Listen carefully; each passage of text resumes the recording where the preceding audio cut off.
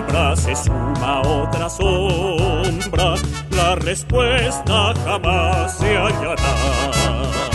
Si la vida no anima la ciencia, si la ciencia en la vida... La conferencia que va a dictar el profesor Rubén, lo presento, él es abogado de formación, se ha dedicado a los estudios del estudio del derecho constitucional, es profesor de la Universidad de Valencia, España. Ya Rubén nos ha venido acompañando varias veces dentro de la Universidad Libre en varios proyectos que hemos tenido, al interior del doctorado nuestro, ha sido invitado también al doctorado de la Universidad Externa de Colombia, ha estado invitado a nuestra maestría de Filosofía del Derecho y Teoría Jurídica con un módulo que desarrollamos allí sobre interpretación constitucional desde la teoría de Herbert Hart y Ronald Dworkin. Aparte de eso, pues nos ha estimulado con su amistad, ya llevamos varios años en muchos proyectos, tanto realizados aquí en Bogotá, como hemos podido participar en varios congresos sobre derecho constitucional, sobre neoconstitucionalismo, sobre decolonialidad, sobre filosofía del derecho, sobre ética, sobre foros que hemos podido participar tanto en Bogotá como fuera de Bogotá, Cartagena, Barranquilla, Pereira, que has estado en Pereira. Entonces, sin más preámbulo, la conferencia del profesor Rubén se intitula Democracia y Constitución, historia de un conflicto permanente.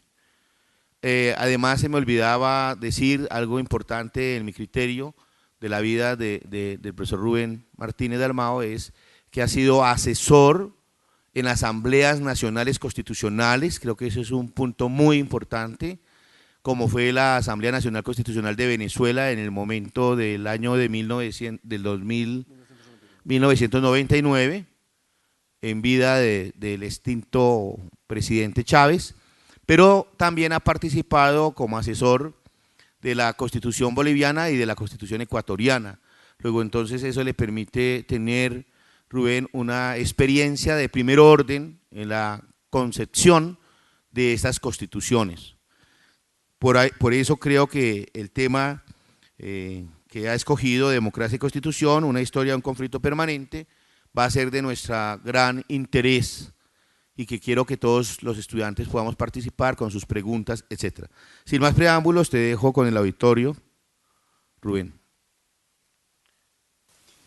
Bien, buenos días a todas y a todos. En primer lugar, quería agradecer, por supuesto, a la Universidad Libre de Colombia y en persona de su decano, mi gran amigo y tocayo Rubén Duarte, una gran persona y con el que hemos mantenido una relación de confianza y trabajo académico desde mi punto de vista muy fructífero.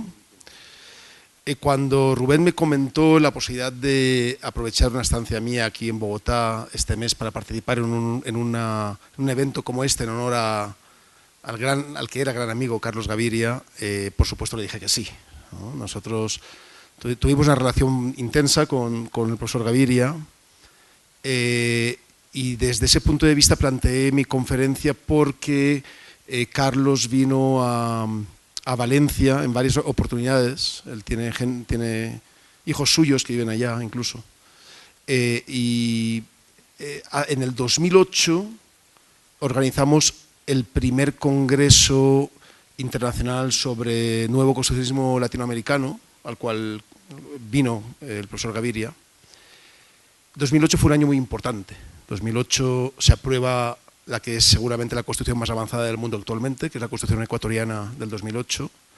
Además ya existía el texto consolidado de la Constitución boliviana que se aprobaría unos meses después, en febrero, entre enero y febrero del 2009. Entonces fue un año importante para esa idea o ese nuevo paradigma que llamamos el nuevo constitucionalismo, en el cual el profesor Gaviria estaba directamente implicado, y tuvimos la oportunidad de debatir sobre un tema que para nosotros es fundamental, que es la relación conflictiva entre constitucionalismo y democracia, de tal forma que creo que va a ser un homenaje poder hablar de él, de ese tema además, en un ámbito académico como este. A él le hubiera encantado estar aquí.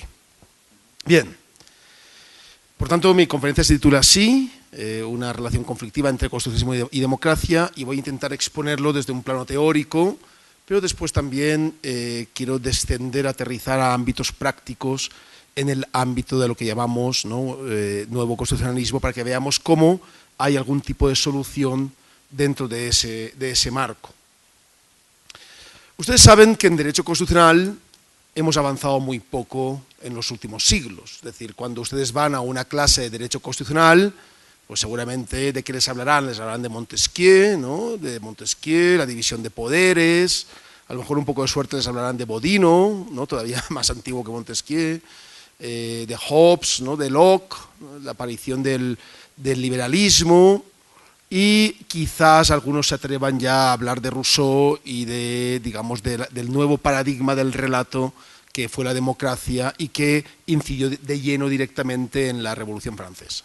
Y luego ya prácticamente saltamos a Kelsen, nos vamos a los tribunales constitucionales, lo que solemos llamar los sistemas de control concentrado, y con eso prácticamente paramos de contar, ¿no? Es decir, el derecho constitucional es una rama en su fundamento bastante anquilosada del derecho, que ha utilizado los mismos conceptos, con instituciones parecidas, pocas novedades, hasta los últimos 20 años. En los últimos 20 años seguramente hay un cambio trascendental en ese concepto de constitución, porque estamos superando la visión tradicional de constitución. Hay quien lo llama el constitucionalismo clásico. Yo creo que tampoco, no podemos hablar propiamente de clásico, porque el clásico justamente sí intenta prever la relación entre democracia y constitucionalismo. En todo caso sería tradicional o positivista ideológico de constitución, y estamos avanzando hacia un nuevo constitucionalismo en transformación. Es decir, un nuevo constitucionalismo que está buscando nuevas vías de exploración, que está buscando nuevas formas de relación entre poder constituyente y poder constituido, y que está planteando, como antes han comentado el primero de los intervinientes esta mañana, una nueva manera de entender las constituciones, ¿no? Lo que el profesor Peter llamaba constitucionalismo andino, que nosotros llamamos latinoamericano, porque además no se restringe solo a los países andinos, sino que va un poco más allá. Por lo tanto, ese nuevo constitucionalismo intenta crear un nuevo marco conceptual, intenta hacer saltar desde dentro muchas de las barreras anquilosadas del constitucionalismo tradicional, y lo hace con errores, lógicamente, porque cualquier tipo de experimentación es compleja de avanzar, pero lo hace también con muchos aciertos, como podemos estar viendo hoy en 2015. Es importante conceptualmente diferenciar entre constitucionalismo y constitucionalismo democrático. Además, entre neoconstitucionalismo y nuevo constitucionalismo, ¿no? El doctor Roberto Viciano y yo hemos trabajado ampliamente en ese tema, y sí quería dedicar algún tiempo a hablar conceptualmente de estos términos, para poder, digamos, enfocar mejor la presentación. En primer lugar, la idea del conflicto entre constitucionalismo y democracia es una idea que surge en el primer origen del propio concepto de constitucionalismo. Ustedes saben, seguramente lo habrán visto, lo habrán estudiado también en sus clases, el concepto de constitucionalismo surge en un momento muy concreto, que es la Inglaterra del siglo XVII, la primera revolución liberal, ¿no?, cuando los Tudor dejan de tener descendencia y llegan los Estuardo, intentan fortalecer el poder absoluto del rey, y aparece una corriente que llamamos liberal, basada sobre todo en la reacción de los nobles, para intentar que el rey dejara de ser, para intentar que el rey no fuera un rey absoluto, al mismo nivel de lo que estaba ocurriendo en el resto de Europa, ¿no? Pensemos que estamos hablando, por ejemplo, de la época de Felipe III, ¿no?, en el caso español, o de Francisco I, en el caso francés. Entonces lo que hay es, durante todo el siglo XVII, un intento de luchar contra la existencia de un poder global, de un poder absoluto en manos del rey. Eso es lo que solemos llamar constitucionalismo, es decir, la existencia, la praxis que intenta desarrollar una historia a partir de la cual haya una constitución y el rey esté limitado por la constitución. En su origen, constitucionalismo no significa otra cosa que control del poder o que límite al poder.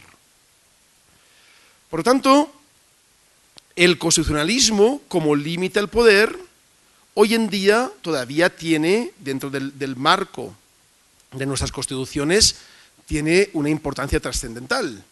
Porque ¿para qué hacemos constituciones si no es para limitar el poder y para que los gobiernos se atengan directamente a lo escrito dentro del texto, ¿no? De pasar de la voluntad de los gobernadores a la voluntad de las leyes? Ese, digamos, es el fundamento de los sistemas occidentales prácticamente desde hace 200 años, ¿no? La idea de que cumplir la ley os hará libres. Pero el problema no es tan fácil, porque como ustedes pueden ver, este concepto de constitucionalismo no es un concepto que esté dotado de legitimidad. Cuando hablamos de constitucionalismo realmente no hablamos de una fuente del poder, hablamos de una cualidad del poder. Es decir, el poder entendido como un poder limitado desde la perspectiva de que cualquier poder absoluto es por esencia un poder que niega los derechos. Por lo tanto, cuando hablamos de constitucionalismo hablamos de límite al poder para encontrar ámbitos de decisión propios, ¿no? Individuales o colectivos, que es lo que solemos llamar habitualmente derechos en minúscula, ¿no? Pero claro, como decía, este elemento es importante. No estamos hablando de una legitimidad del poder. De hecho, el parlamento nobiliario en Inglaterra difícilmente podría considerarse un parlamento democrático. Hoy en día todavía la Cámara de los Lores, que sigue existiendo en el caso inglés, es verdad que están desapareciendo los lores hereditarios, pero todavía tenemos lores no elegidos por nadie democráticamente, los famosos lores espirituales, como los obispos, ¿no? El obispo de Winchester, el obispo de York, ¿no? O como, por ejemplo, los lores que son elegidos a propuesta de la oposición o del gobierno y nombrados por la reina, ¿no? Por tanto, nadie los elige democráticamente, se designan. Es diferente, que es el que solemos llamar relato democrático. Ustedes saben, imagino que habrán estudiado algo sobre teoría de la legitimidad. Ustedes saben que históricamente el poder político se ha ido sustentando en diferentes mecanismos de legitimidad, ¿no? Desde el genealógico, el teocrático, y finalmente uno de los elementos más importantes que nos deja la Ilustración, particularmente la francesa, en el siglo XVIII, fue justamente la búsqueda de otro elemento, otro relato de legitimidad, que es el que solemos llamar un relato de legitimidad democrático, ¿no? Rousseau, fundamentalmente.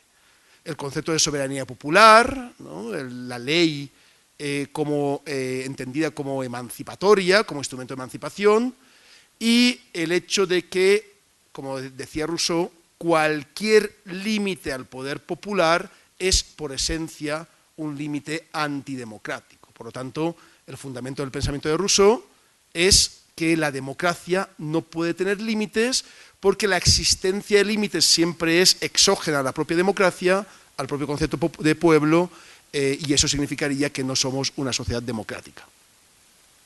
Como ustedes saben, este relato de legitimidad es el que va a influir directamente en lo que conoceremos como revoluciones liberales democráticas, en particular la norteamericana a partir de 1776, la francesa a partir de 1789, la española a partir de la convocatoria de las Cortes de Cádiz en 1810 y luego también, por supuesto, lo que solemos llamar constitucionalismo fundacional latinoamericano.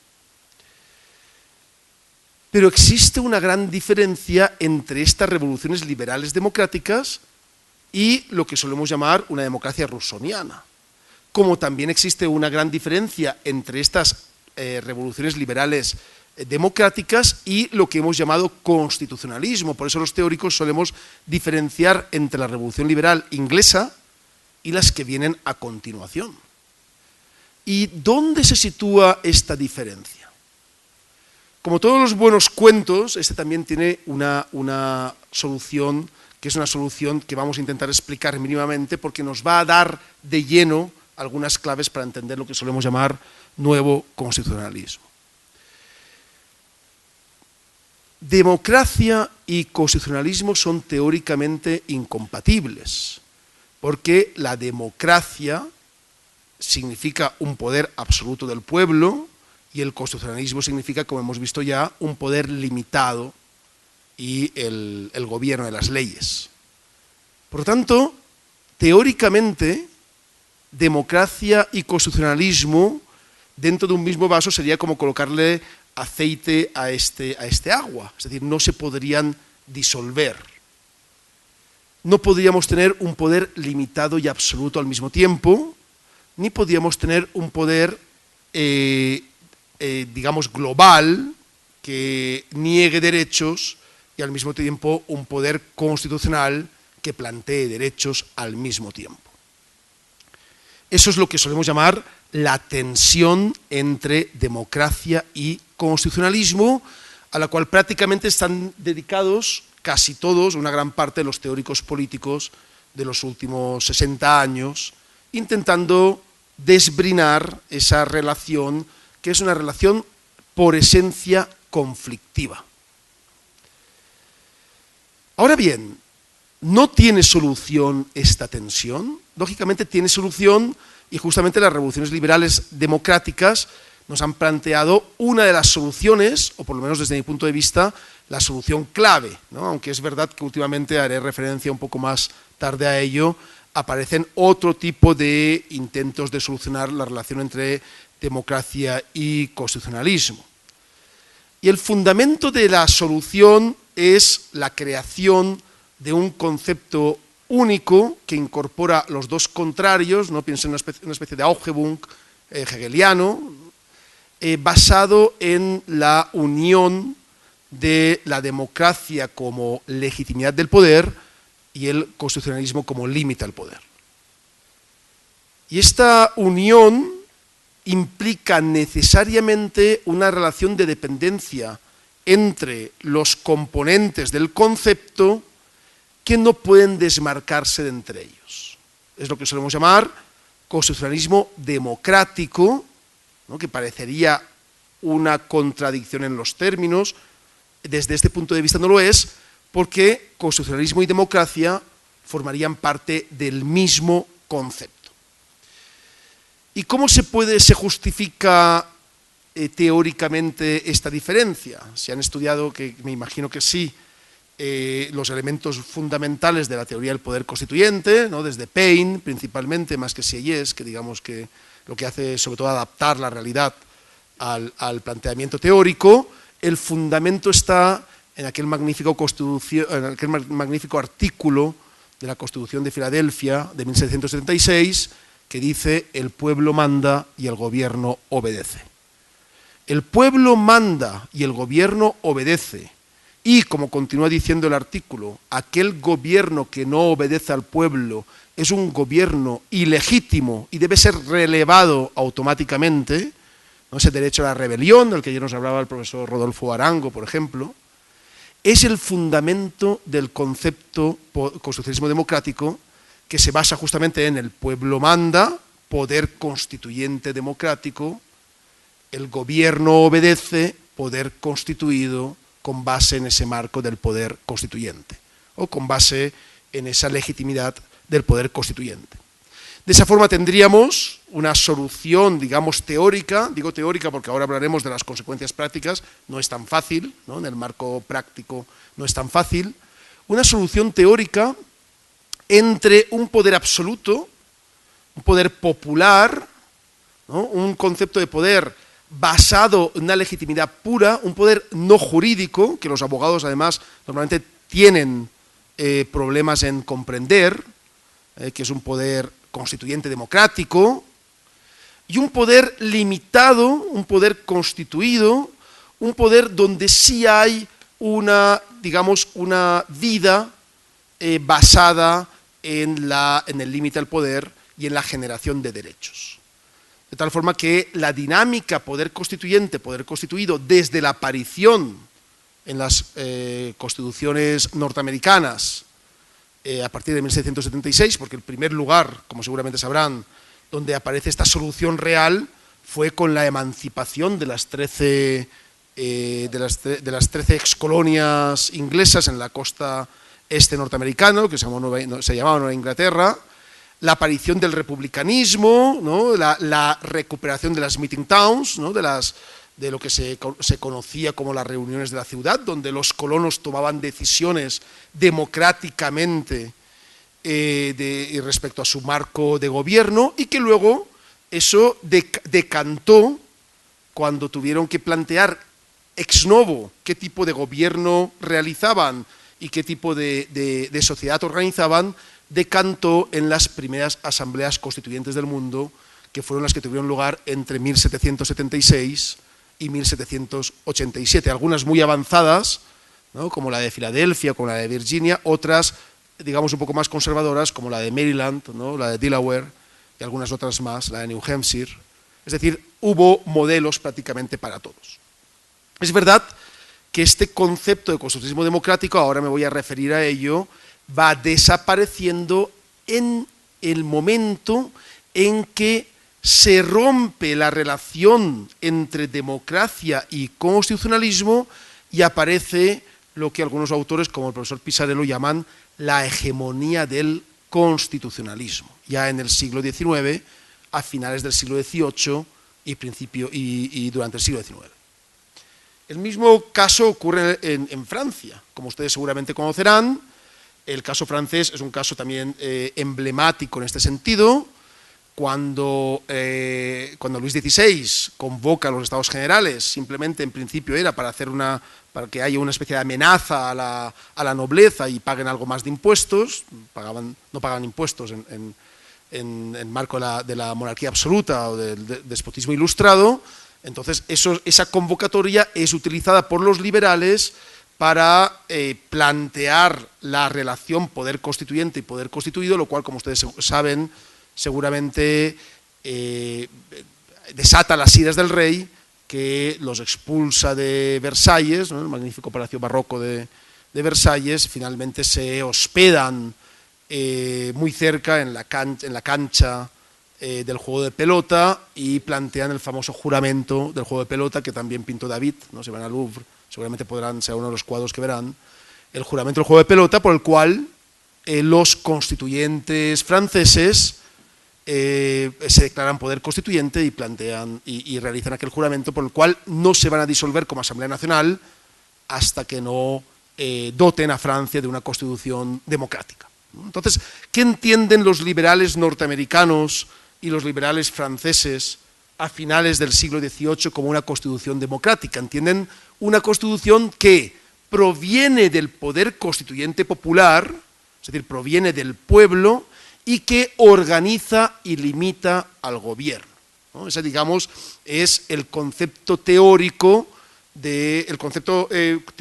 muy bien teorizado, pero también muy bien llevado a la praxis. Recuerden que estamos hablando de momentos claves históricos, no de entelequias, que finalmente hace que exista la contemporaneidad. Hoy en día prácticamente el concepto de contemporaneidad se realiza en el marco de eso que el profesor García Pelayo llamó el concepto racional normativo de Constitución, es decir, la Constitución escrita, organizada, titulada, ¿no? Diferente del constitucionalismo inglés, que es un constitucionalismo, como seguramente ustedes saben, basado principalmente, muy poco basado en el statute law, que ellos llaman, sino basado más en las conventions, en los usos y en el common law, que en el concepto codificado de Constitución. Por lo tanto, tenemos una solución, una primera solución práctica que muchos profesores de Derecho Constitucional han olvidado en sus clases, de lo que podemos llamar constitucionalismo democrático, como un intento de superar dialécticamente es decir, enfrentando las naturalezas con sus opuestos, superar la contradicción entre democracia y constitucionalismo. Lamentablemente, este tipo de constituciones democráticas acaban siendo de alguna forma acaparadas por el pensamiento más conservador. Tanto en Estados Unidos como en Francia, como en España fue peor, ¿no? La llegada de Fernando VII, el regreso de Fernando VII fue terrible, ¿no? No solo se abolió la Constitución de Cádiz, que él mismo juró cumplir, sino que además se persiguieron a los constituyentes de Cádiz hasta exterminarlos, ¿no? Terrible. Y luego cuando el general Riego intenta de nuevo a poner en vigencia la Constitución de Cádiz, el famoso trienio liberal, ¿no? Entre el 20 y el 23, 1820-23, al final también el general Riego también es mandado fusilar cuando el rey absoluto consigue de nuevo acaparar el poder. Pero con el caso español es un caso terrible, porque al fin y al cabo los constituyentes de Cádiz eran unos constituyentes que vivían en una sociedad realmente conservadora, la sociedad de la contrarreforma, ¿no? Piensen ustedes que era una sociedad donde la mayor parte de la gente no sabía leer ni escribir. La Constitución de Cádiz, ella misma incorporaba que no solo tenía que estar escrita en los pueblos, en las plazas de los pueblos, sino que se tenía que decir oralmente, porque la gente no iba allí, no sabía lo que ponía, entonces tenía que explicarse.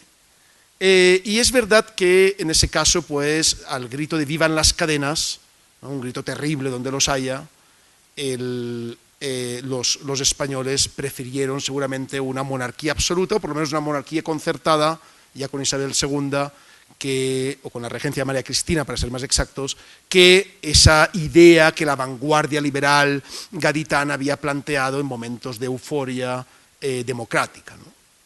Pero en el caso norteamericano, en el caso francés, la cosa fue peor. En el caso norteamericano, en el caso francés, es verdad que se consiguió abolir, en el caso norteamericano, de hecho se abolió la monarquía, es decir, los nuevos estados que surgen son repúblicas. Recuerden que antes de las repúblicas norteamericanas, el concepto república servía como sinónimo de cualquier forma de organización política estatal, ¿no? Los famosos libros de Bodino se llaman libros sobre la república, aunque habla de los reyes, pero los norteamericanos consiguieron, a través de la idea del republicanismo, incorporarle elementos sustantivos, ¿no? Materiales de democracia, de gobierno, a eso que hoy en día llamamos república y republicanismo. Y en el caso francés también es verdad que esas constituciones que aparecen a partir de la Constitución francesa de 1791, una constitución muy denostada por los conservadores, por los liberales más progresistas, porque dijeron que era demasiado conservadora, pero realmente fue la Constitución que acabó con el poder absoluto del rey, ¿no? Luis XVI pasó de ser rey absoluto a ser una monarquía constitucional, ¿no? un rey con poderes limitados. Ese tipo de constituciones acaban fracasando. ¿Y por qué acaban fracasando? Porque la ola de pensamiento conservador que se infunde a partir de la necesidad de colocar como hegemónico el constitucionalismo sobre la democracia triunfa. Triunfa a veces con engaños, como fue el caso norteamericano, ¿no? Recuerden que cuando se aprueba la Constitución Federal de 1787, que ya no será una constitución del liberalismo revolucionario, sino que será una constitución de lo que solemos llamar liberalismo conservador, ¿no? Liberalismo moderado, doctrinario. Ese tipo de constitución es una constitución que ya rompe con los tres conceptos básicos del constitucionalismo liberal revolucionario norteamericano y francés, que había sido, en primer lugar, la diferencia entre voluntad constituyente y voluntad constituida. En segundo lugar, la Constitución solo puede ser modificada por el pueblo. Y en tercer lugar, desde mi punto de vista lo más importante de todo, una Constitución que es desmembrada de su legitimidad deja de ser una Constitución democrática. Esos tres fundamentos que habían inspirado las primeras revoluciones liberales norteamericanas desaparecen en el marco de la Constitución Federal de 1787. ¿no? Ustedes seguramente, si han leído algo de teoría política del momento, habrán escuchado hablar del debate entre federalistas y antifederalistas, que es un debate que de hecho va a durar prácticamente 70 años después, hasta la guerra de secesión, prácticamente. Realmente la lucha entre confederados y federados es una lucha por la Constitución Federal o contra la Constitución Federal, y que se basa en una modificación de un tratado internacional, que eran los artículos de la Confederación de 1777, que finalmente acaban siendo modificados en el marco de la voluntad del poder constituido, no del poder constituyente. Es decir, es la Convención de Filadelfia y después la ratificación por parte de cada uno de los legislativos de las 13 excolonias, los 13 nuevos estados, los que elaboran esa Constitución sin que pase por ningún tipo de referéndum, como habían pasado constituciones tan importantes como la de Filadelfia en 1776, 10 años antes. Esa es la victoria del constitucionalismo sobre la democracia. La confusión entre poder constituyente democrático o voluntad del poder constituyente democrático, que es una voluntad siempre regeneradora, ¿no? Ningún pueblo activa su poder constituyente si no es con ansias de regenerar. Estamos en Colombia, ustedes saben perfectamente lo que significó en su momento la séptima papeleta y toda la voluntad constituyente del pueblo colombiano para romper los amarres, ¿no?, de la Constitución del 86 y de la forma de organización anterior. Pero cuando se modifica esa voluntad constituyente democrática por una voluntad constituida, ahí es cuando se fastidia el invento de la dialéctica hegeliana, porque ya no estamos incorporando a los dos contrarios en el mismo concepto, sino que estamos poniendo el énfasis en uno solo de los conceptos, que es el constitucionalismo. Y el constitucionalismo sin legitimidad democrática es un elemento que puede ser un elemento de opresión, como se ha demostrado en muchos países no democráticos de nuestro entorno. Lo mismo ocurrió en el caso, y en el caso norteamericano hay anécdotas que todos conocemos más o menos, como por ejemplo el intento de Rhode Island de no ratificar la Constitución del 87, que fue un intento además que le salió mal, ¿no? Finalmente Rhode Island era uno de los pequeños estados y se dio cuenta de que solos no podrían sobrevivir mucho tiempo y acabó ratificando vía legislativa también la Constitución Federal del 87, o esas tres grandes palabras con las que inicia la Constitución norteamericana del 87 su texto, que seguramente ustedes conocerán, que es el We the People, ¿no? Porque la Constitución del 87, conocedora de la diferencia que había entre poder constituyente y poder constituido, crea un poder constituyente no democrático, pero lo llama como los norteamericanos llamaban al poder constituyente democrático, the people, ¿no?, el pueblo. Y en nombre del pueblo se crea la federación, que es en su idea o en su confección contraria al pueblo. El caso francés pasó exactamente igual. En el caso francés tenemos también, como seguramente saben, una constitución a la que yo he hecho referencia antes, la Constitución francesa de 1791, que es verdad que es una constitución que mantiene al rey como forma de Estado, pero también es verdad que mantiene al rey como forma de Estado, pero lo hace entendiendo que el rey es un poder constituido. Recuerden que el constitucionalismo democrático es progresivo, ¿no? Es rupturista pero progresivo, es decir, se incardina dentro de los condicionantes históricos del momento, no es una entelequia ni una utopía ni nada por el estilo, sino que vive en el marco de lo que se puede o no se puede realmente hacer. Y por eso cuando el propio rey acaba traicionando la revolución, finalmente, seguramente ustedes conocerán, hubo una reacción más democrática que decantó en la Constitución francesa de 1793, la que se suele llamar la Constitución jacobina, mal llamada, porque fue pasado por referéndum en Francia y fue votada por la gran parte de los ciudadanos franceses con derecho a votar, aunque con un gran problema, que es una Constitución que nunca entró en vigencia, ¿no? Fue una Constitución formulada, pero el mismo día de su aprobación, el propio Comité de Salud Pública decidió que no podía entrar en vigencia porque estaban en estado de excepción frente al monarca. Eso fue terrible, ¿no? Me hubiese gustado tener tiempo para hablar un poco más de ello, ojalá tengamos alguna oportunidad, pero fue terrible porque justamente lo que hizo el Comité de Salud Pública, ¿no? con gente inteligente a su frente, como Marat o como Robespierre, ¿no? Como Danton, lo que hizo fue extremizar la relación entre poder constituyente y poder constituido a favor del otro de los extremos, que fue la democracia. Entonces se olvidaron de la parte importante del límite en el marco del poder constituido. El Comité de Salud Pública era poder constituido, la falta de control acabó deslegitimando al propio poder constituido y acabó, como ustedes saben, con la muerte incluso ¿no? Entre ellos, por ejemplo, la decapitación de Robespierre en la guillotina, ¿no? Por ejemplo, el asesinato de Marat, etc. Bueno, ustedes seguramente lo sabrán. Entonces, claro, a partir de ese momento es cuando se plantea un surgimiento del constitucionalismo conservador, exactamente igual que había pasado en Estados Unidos, que fue la Constitución Termidoriana de 1795. El profesor Gerardo Pisarello ya habla en su penúltimo libro, muy interesante, habla de un largo termidor, es decir, lo que dice es que hoy en día todavía vivimos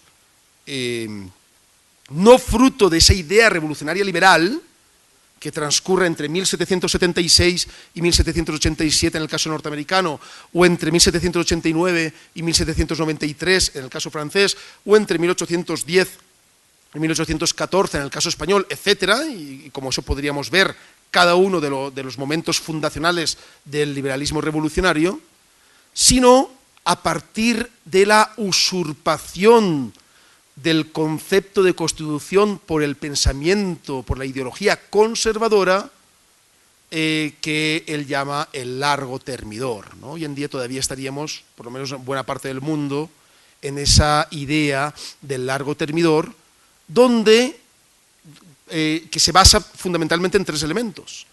En primer lugar, no diferenciar entre poder constituyente democrático y poder constituido, es decir, plantear que hay una delegación del poder constituyente en el poder constituido y que por lo tanto el poder constituido puede legítimamente modificar la Constitución. Esto es una falacia, esto es un imposible, ¿no? Porque rompe con el concepto de democracia tal y como lo hemos planteado anteriormente. En segundo lugar, la Constitución limita la democracia, es decir, la Constitución acaba entendiendo que la democracia está limitada por un texto jurídico y por lo tanto cualquier reforma democrática tiene que partir, y cualquier reforma de la Constitución, tiene que partir del propio texto jurídico, ¿no? Esto está muy avalado por el positivismo ideológico principalmente, ¿no? Y en tercer lugar, entender que la Constitución es en su parte orgánica, que es la creada o la conformada por reglas, ¿no? Los famosos silogismos P entonces Q, la famosa subsunción, la conocida subsunción, es obligatoria, pero en la parte principista no lo es, ¿no? Entonces, durante todo el siglo XIX, por ejemplo, ¿no? Si revisan a veces creemos que el debate entre reglas y principios es un debate que se fundamenta en los años 60 con Walker y con Hart. El debate entre reglas y principios tiene un montón de tiempo, y yo les recuerdo, por ejemplo, en los años 20, con la Constitución de Weimar y con la Constitución austríaca, por ejemplo, el debate que hubo entre Schment y Forshoff justamente sobre esto, sobre el valor de los principios en la Constitución de Weimar de 1919, ¿no? También podríamos hablar de ello, si quieren, un poquito más tarde. Entonces, claro, desde el pensamiento ideológico, los principios, al no caber la subsunción, no pueden conformarse como reglas y por tanto no pueden aplicarse por el juez ni pueden ser solicitados por parte de ninguna de las partes. ¿Esto qué hace? Pasar del Estado constitucional, que es el Estado que habían planteado los primeros revolucionarios liberales, a lo que solemos llamar el Estado legal, es decir, el Estado basado en la hegemonía del Parlamento. Si a ello le añadimos que el Parlamento va a ser, a través del sufragio censitario fundamentalmente, un Parlamento alimentado, ¿no? Conformado exclusivamente por burguesía, ¿no? Esa nueva clase que entra después de las revoluciones liberales y que acaba cogobernando con el rey y acaba siendo hegemónica, ¿no? Controla tanto el Parlamento como el gobierno y a través del gobierno al propio rey. entendemos que finalmente el Estado legal es lo que solemos llamar en teoría política el Estado burgués. ¿Y dónde cambian las cosas? Es verdad que en el marco del constitucionalismo democrático las cosas van cambiando paulatinamente. Ya a finales del siglo XIX nos encontramos con movimientos democráticos de suma importancia, como por ejemplo aquellos que dan lugar a la Comuna de París, o por ejemplo a la Primera República Española en 1869, o por ejemplo a la Revolución de Praga o la Revolución de Nápoles. Y luego ya a principios, en el periodo de entreguerras, entre la Primera y la Segunda Guerra Mundial, ya encontramos con un primer inicio de lo que solemos llamar constitucionalismo democrático, ¿no? Piensen, por ejemplo, en esas grandes asambleas constituyentes que se recuperan, ojo, se recuperan porque el Estado liberal entiende que si no recupera la legitimidad democrática va a caer, como de hecho cayó en muchos lugares en manos de los marxismos y de los fascismos, ¿no? Recuerden que, por ejemplo, en 1925, es decir, 6 años después de la Constitución de Weimar, ya Benito Mussolini ya es primer ministro en Italia, ¿no? Y ya ha triunfado la Revolución Soviética en lo que será la Unión Soviética. Entonces, por ejemplo, el Estado liberal se da cuenta de que solo una relegitimidad de sus fundamentos, ¿no? Basados, por ejemplo, en el reconocimiento de los partidos políticos, en la incorporación del voto de la mujer, es lo que le podría salvar de caer en la destrucción de las amenazas del Estado liberal.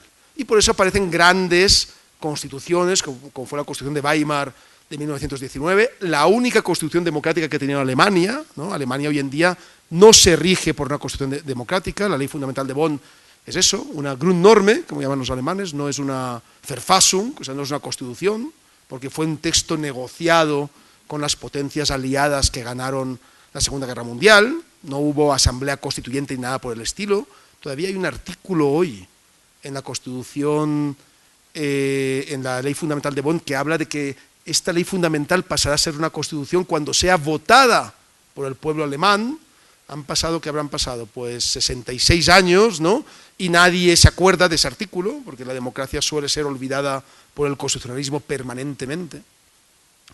O la Constitución de Austria de 1920, o piensen, por ejemplo, la Constitución Española de 1931, una constitución democrática donde las haya, que consigue hacer huir al rey, ¿no? Cuando ganan las candidaturas republicanas en los diferentes municipios, en las elecciones locales, y finalmente se crea una constitución que además es la segunda en el mundo en incorporar un tribunal constitucional, que fue el Tribunal de Garantías, ¿no? Después de la Constitución austríaca de 1920. Y ahí tenemos, digamos, un primer empuje del constitucionalismo democrático que finalmente no se va, digamos, a fortalecer. Bueno, hay momentos también en que se fortalece, como el caso de la Constitución italiana de 1948, ¿no? Después de la Segunda Guerra Mundial, o el caso de la Constitución francesa del 58 también, pero que, digamos, no va a coger ímpetu importante hasta hace prácticamente nada, hasta lo que llamamos el nuevo constitucionalismo. Claro, ¿qué es el nuevo constitucionalismo? Es el tercer momento constituyente en la historia del constitucionalismo democrático. El nuevo constitucionalismo no es otra cosa que la reincorporación de soluciones ya planteadas en su origen para buscar solucionar la tensión entre constitucionalismo y democracia, que crea un tipo de constituciones de nuevo cuño. Un tipo de constituciones que ya no son solo constituciones constitucionales, ¿no? Y valga la redundancia, sino que son sobre todo constituciones democráticas, es decir, constituciones que provienen de fórmulas populares de legitimidad democrática. Otro debate que nos llevaría otra hora más o mucho más tiempo es entender si podemos hablar realmente del concepto de pueblo como concepto político, o si tendríamos que hablar de un concepto de pueblo como un concepto sociológico, o si, ¿no?, tendríamos que hacer como Arendt y como algunos de los teóricos de la New School, pues intentar, digamos, superar el concepto de pueblo y avanzar hacia otro tipo de conceptos políticos, ¿no? O hablar, por ejemplo, de multitud, como Negri. Eso sería un debate diferente, es un debate diferente al que yo me he propuesto hacer aquí, porque además requiere, yo quiero, una reflexión diferente. Lo que sí que no cabe ningún tipo de duda es que las constituciones que surgen a partir del nuevo constructivismo latinoamericano, además, son constituciones de nuevo cuño, tal y como lo hemos planteado esta mañana, que buscan enmendar la solución o que buscan superar las contradicciones entre democracia y constitucionalismo. Son constituciones que aparecen a través de asambleas constituyentes democráticas, ¿no? El caso colombiano es paradigmático en ese ámbito. Son constituciones que están en transición permanente, es decir, son constituciones que van ellas mismas incorporando mecanismos de transformación y de mejora o de progreso, mejor dicho, entendido como progreso esa voluntad emancipatoria del poder constituyente. Y son constituciones que además nos están planteando una nueva forma de entender el Estado, de entender los derechos, de entender la relación entre poder constituyente y poder constituido, y desde mi punto de vista, sobre todo, de entender quiénes somos como sociedad organizada. Se ha hablado aquí esta mañana de la Constitución boliviana, es la Constitución en la que, como decía el profesor Duarte, yo tuve oportunidad de trabajar muy directamente en Sucre. Bueno, tuvo 3 sedes, ¿no? Sucre, Oruro y La Paz, pero digamos que la gran parte del trabajo se hizo en Sucre. El debate que tenían, sobre todo los constituyentes indígenas, sobre cuál debía ser su constitución, fue un debate espectacular, tanto en calidad del debate como en elementos teóricos que aportaban. Seguramente sin haber leído nunca a Kelsen ni a Smith, ¿no? Ni conocer nada de filosofía liberal, pero da igual, es que estamos hablando de unos mecanismos de transformación que además los propios indígenas entendían que estaban limitados, ¿eh? Porque si ustedes, justamente yo ahora estoy acabando de terminar un pequeño libro sobre el papel de lo que llamamos proceso destituyente, en el caso, por ejemplo, boliviano, el papel destituyente que precede a cualquier poder constituyente, se vio claramente con la crisis, lo que se llamó la crisis del agua, principalmente en Cochabamba. Recuerden que en Cochabamba la privatización del agua de servicio, del agua de la casa, llegó hasta tal punto por parte de las empresas norteamericanas que eran depositarias de ese servicio, que incluso se prohibió la recogida del agua de lluvia. Es decir, incluso, por ejemplo, los indígenas o la gente que cogía baldes y cogía plásticos para poder recoger agua de lluvia, porque el agua de servicio era un agua que estaba fuera del alcance de las clases pobres y clases medias. Eso estaba prohibido, iba la policía de azotea en azotea destruyendo los plásticos y volcando los baldes. Pues incluso ese tipo de elementos destituyentes, ahí mismo se ve claramente la necesidad de una asamblea constituyente. Y ven ustedes que la marcha indígena, por ejemplo, el año 92, es decir, un año después de la aprobación de su constitución colombiana, ya esa marcha indígena va liderada por una pancarta que pone Asamblea Constituyente ya.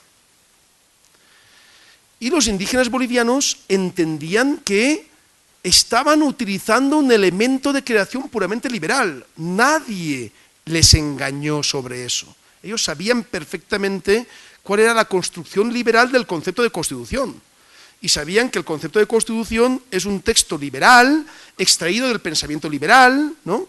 Y que además históricamente había tenido una función emancipadora cuando era democrática y no emancipadora o atrasadora cuando no es democrática. Por eso ellos entendían que su constitución no iba a ser solo una constitución basada en la Pachamama o en la hoja de coca, sino que la constitución iba a ser un instrumento que utilizan del pensamiento, digamos, occidental, entre comillas, pero que sí incorpora la Pachamama y la hoja de coca, ¿no? De hecho, la hoja de coca tiene todo un título en la Constitución boliviana del 2009, donde se habla del uso ancestral y de la protección por parte del Estado de la hoja de coca. Entonces, los propios bolivianos nos rompen clichés que hemos estado construyendo en ese constitucionalismo anquilosado, del que yo les hablaba al principio de mi intervención.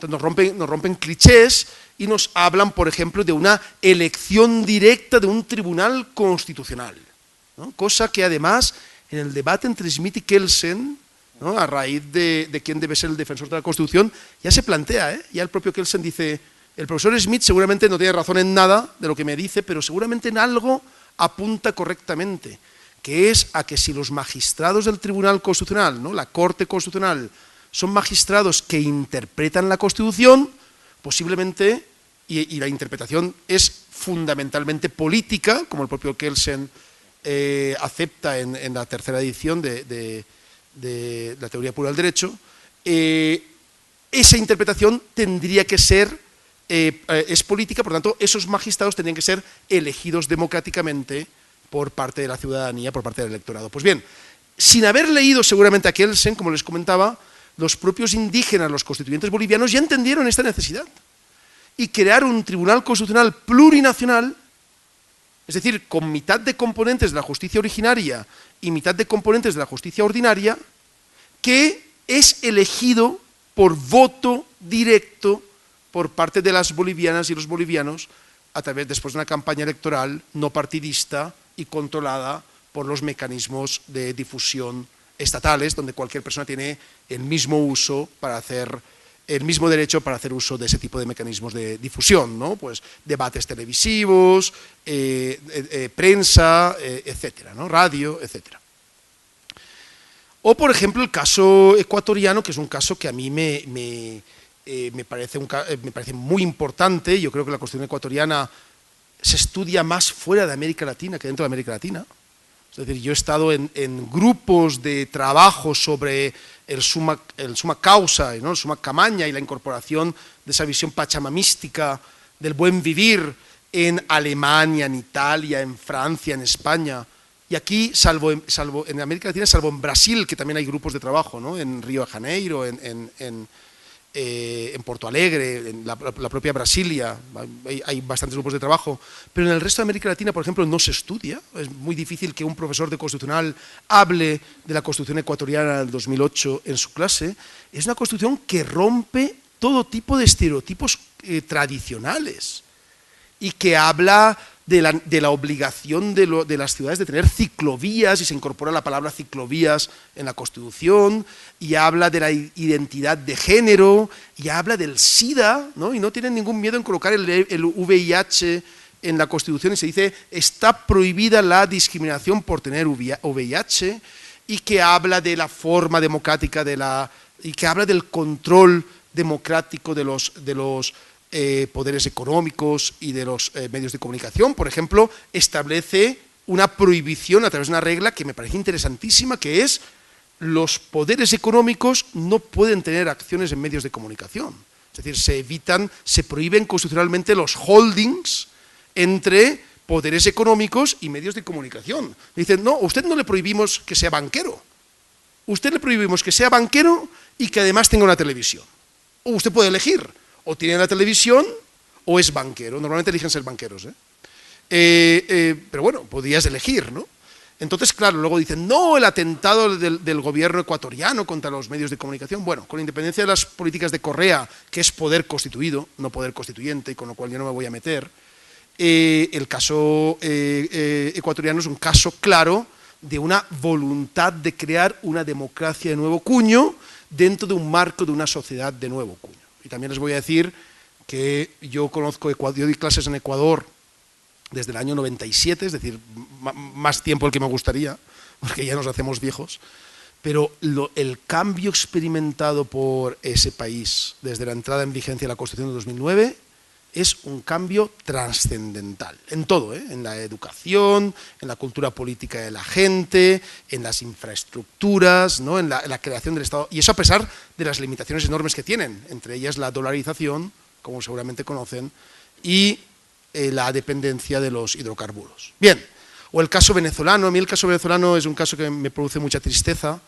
porque creo que no se le ha tratado correctamente en Venezuela. Es decir, yo creo que el postchavismo está rompiendo con los avances democráticos que se habían iniciado en el año 99, que eran indudables, es decir, quien conociera también la Venezuela del punto fijismo y quien conoce la Venezuela de principios de los años 2000, ¿no? Sobre todo antes del primer revocatorio que le hicieron a Hugo Chávez el 15 de agosto del 2002, que ganó el presidente Chávez, pues se da cuenta de que hay dos momentos claves, un momento, digamos, premaduro, ¿no? O digamos, de hegemonía de una nueva forma democrática de hacer las cosas, y un momento post-chavista o madurista que intenta por todas las vías romper con el concepto de Constitución democrática, y de hecho, como no pueden reformar la Constitución si no es con la aprobación popular, porque la Constitución venezolana sí diferencia muy claramente la voluntad constituyente de la voluntad constituida, y no se puede modificar una sola coma si no es con la aprobación por referéndum del pueblo venezolano, pues lo están haciendo por la vía del hecho. Y por la vía del hecho están rompiendo con el concepto de Constitución democrática, exactamente igual o muy parecido a como hizo Hitler cuando subió al poder en el año 33 y rompió con el concepto de Constitución democrática en Weimar, ¿no? de la República de Weimar. No digo exactamente igual, pero sí muy parecido, ¿no? Muy parecido. Ojalá la cosa no acabe a esos niveles. Entonces, en definitiva, y con esto ya voy terminando, porque aunque el profesor Duarte es muy generoso dándome tiempo, pero creo que es importante pasar a las preguntas. Vamos bien, ¿no? Entonces, lo importante es que entendamos que teóricamente estamos ante un nuevo tipo de constitución que nos plantea la existencia de un nuevo tipo de constitucionalismo. Es lo que algunos teóricos, ¿no?, que provienen además de la doctrina italiana neoconstitucionalista, como por ejemplo Pizzo Russo o el propio Peter Heberle, en el caso alemán, hablan de Estado constitucional en sentido material. Es decir, hablan de que la evolución democrática del constitucionalismo, después de pasar la época de hegemonía constitucionalista sobre la democrática que tuvimos con el constitucionalismo liberal conservador durante el siglo XIX, está en la marcha o en el camino hacia un Estado constitucional en sentido material, ¿no? Seguramente todos ustedes habrán escuchado hablar de lo que hoy en día se llama la constitucionalización del derecho, ¿no?, del derecho administrativo, del derecho penal, del derecho civil, del derecho mercantil. ¿Qué es eso de la constitucionalización del derecho? Simplemente la incorporación de la Constitución en su presencia dentro del marco de los diferentes ámbitos de lo que antes era el Estado legal. Entonces se trata de una sustitución del Estado legal por el Estado constitucional, ¿no? Eso que Favorú, desde una metáfora que a mí me gusta mucho, habla de constitución invasora, ¿no? La constitución que todo lo invade, que está presente permanentemente.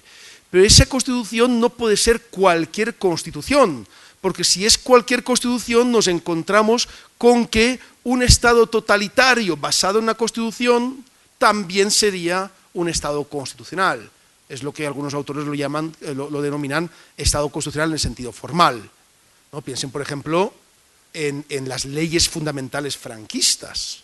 Es decir, el concepto Estado de Derecho que se aplica en las dictaduras, como la de Franco, como la de Pinochet, es un concepto de Estado de Derecho no democrático y, por lo tanto, es un Estado constitucional en sentido formal, pero no es un Estado constitucional en sentido material.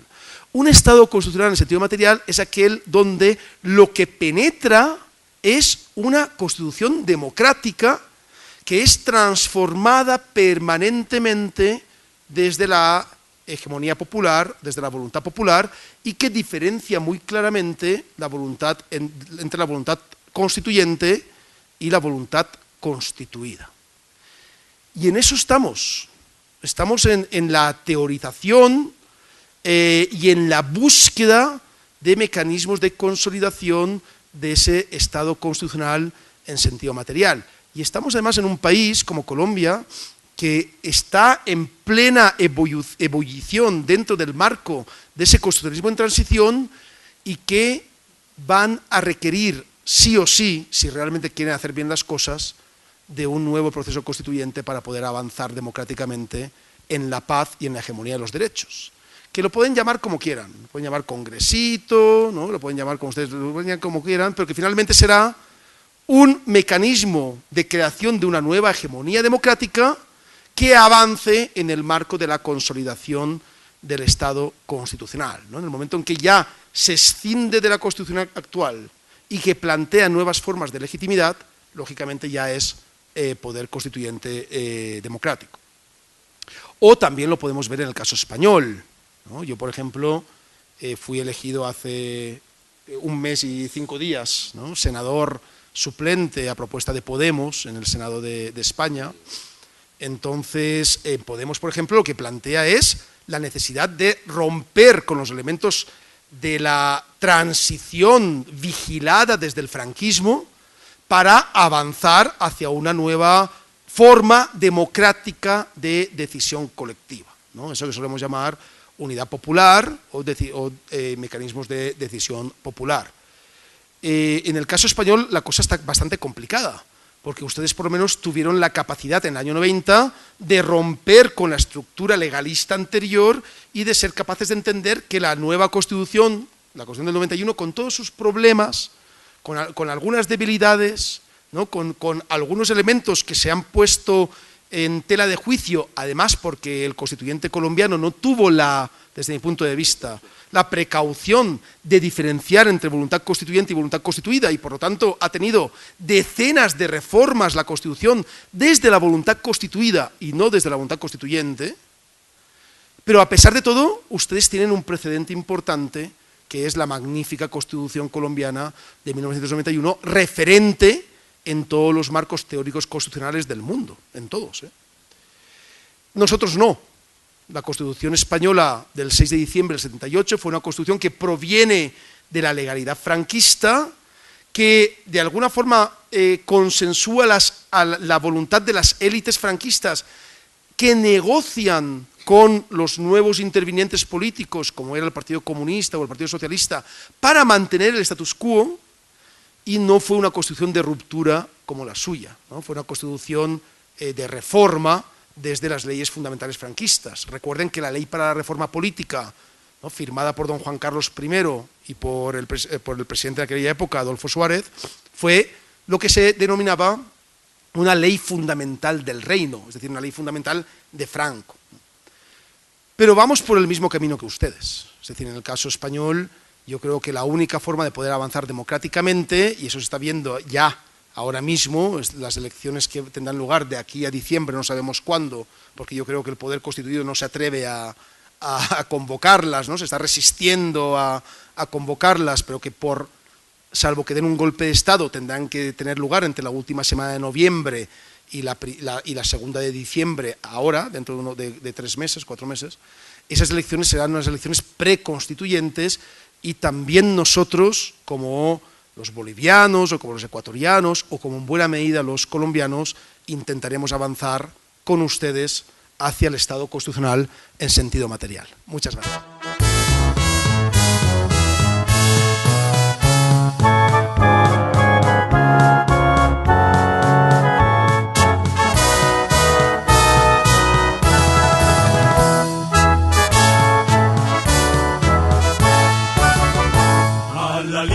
Entonemos un himno a la paz y al derecho a vivir, a la luz del heroico pasado, a la aurora que habrá de venir. Una sombra se suma a otra sombra, la respuesta jamás se hallará. Si la vida no anima la ciencia, si la ciencia en la